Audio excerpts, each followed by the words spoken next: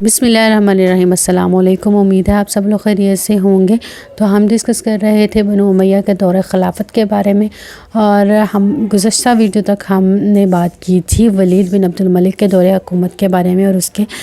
دور میں ہونے والی فتوحات اور رفع عامہ کے کاموں کے بارے میں۔ ولید بن عبد الملک نے 86 ہجری سے لے کر 96 ہجری تک 10 سال تک حکومت کی، اور 96 ہجری میں وفات پانے کے بعد اس کے بھائی سلمان بن عبد الملک نے مسند خلافت سنبھالی۔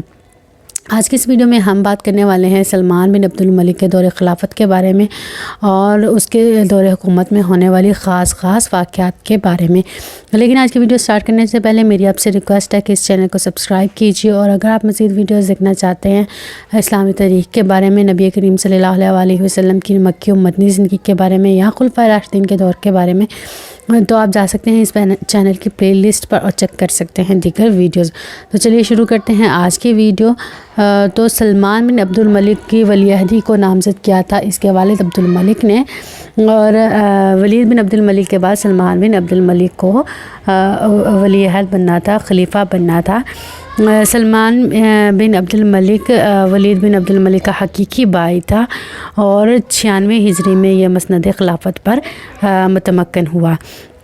سلمان بن عبد الملک جو تھا وہ فطرتاً بہت صالح اور نیک انسان تھا، اور اس کے ہم جلیس و مشیر عمر بن عبدالعزیز جیسے نیک اور صالح لوگ تھے۔ عملی طور پر سلمان بن عبد الملک بہت ہی نیک انسان ثابت ہوا، جس نے ولید بن عبد الملک کے زمانے میں ہونے والے ناحق گرفتار افراد کو آزاد کر دیا، اور جس سے قید خانے جو تھے وہ تقریباً بالکل خالی ہو کر رہ گئے۔ سلیمان بن عبد الملک کی صالح طبیعت ہونے کے ساتھ ساتھ ایک اس کی عادت تھی جو کہ بہت دور تک لے کے گئی اس کو، وہ تھا اس کے انتقام لینے کی عادت۔ وہ لوگوں سے اپنے انتقام کے بارے میں بہت سخت گیر تھا، اور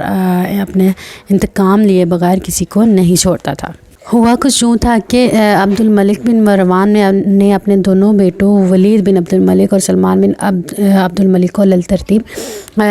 ولی عہد نامزد کیا تھا۔ جبکہ ولید بن عبد الملک جب خلیفہ بن گیا تو وہ اس کے دل میں لالچ آ گیا، اور وہ یہ سوچنے لگا کہ کیوں نہ وہ اپنے بیٹے عبدالعزیز کو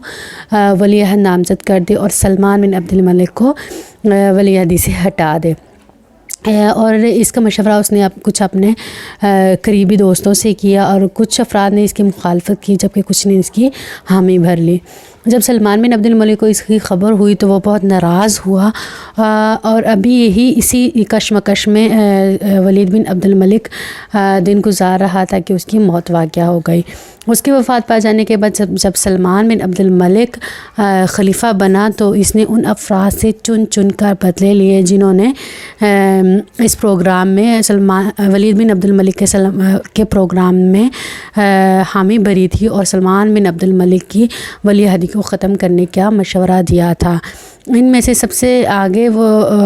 جس فرد سے وہ بدلہ لینا چاہتا تھا، خدا کی قدرت سے وہ سلمان بن عبد الملک کے خلیفہ بننے سے پہلے ہی انتقال کر گیا، اور وہ شخص تھا حجاج بن یوسف۔ خلیفہ بننے کے بعد سلمان بن عبد الملک نے ان تمام افراد کو چن کر ذلیل کیا اور قتل کروایا اور گرفتار کروایا جنہوں نے کہ ولید بن عبد الملک کی حامی بھری تھی۔ اب حجاج بن یوسف تو قدرتی طور پر وفات پا چکا تھا، تو سلمان بن عبد الملک نے اپنا غصہ اتارنے کے لیے محمد بن قاسم کو سندھ سے بلوایا، اس کو معزول کروایا، اس کو قید میں ڈلوایا، اور اس کو اذیتیں دے کر قتل کروا دیا۔ اس کے علاوہ قتیبہ بن مسلم جس نے کہ ولید کے پروگرام میں حامی بھری تھی، ولید کے پروگرام کو صحیح قرار دیا تھا کہ وہ اپنے بیٹے کو نامزد کر دے، اس کو بھی سلمان بن عبد الملک نے قتل کروا دیا۔ اس کے ساتھ ساتھ موسیٰ بن نصر جو کہ فاتح اندلس تھے، ان کو بھی اسی جرم کی پاداش میں قتل کروا دیا گیا۔ اب سلمان چونکہ بڑے بڑے جو اس کے سپہ سالار تھے جیسے محمد بن قاسم، قتیبہ بن مسلم، موسیٰ بن نصر اور حجاج بن یوسف تو قدرتی طور پر وفات پا چکے تھے، تو بڑے بڑے جو سپہ سالار ہیں ان سے ہاتھ دھونے کے بعد اب جو فتوحات تھی ان کا سلسلہ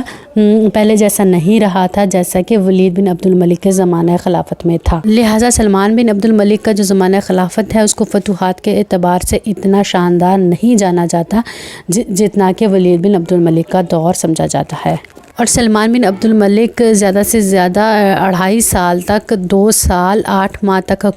خلافت کر سکا اور